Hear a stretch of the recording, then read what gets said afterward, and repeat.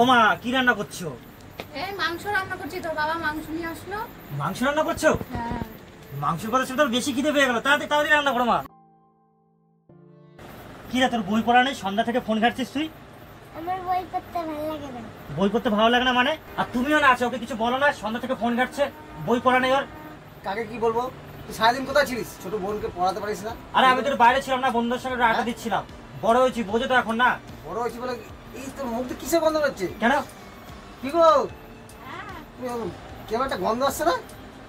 তোমার বাবু কি সব বলছে আমাকে? না, আমার নামে উল্টো পাল্টা কথা বলছে আমার নামে। আমি তো বাইরে বন্ধুদের সঙ্গে আড্ডা দিচ্ছিলাম, কি সব আমাকে বলছে। আমি এসে ভালোর জন্য বললাম যে বোন বই পড়ছে না, ফোন ঘাটছে, তা না আমাকে উল্টো পাল্টা আমাকে বকছে। তুই যবে এইচএসএ ফেল করলি আমি বলা বন্ধ করে দিলাম।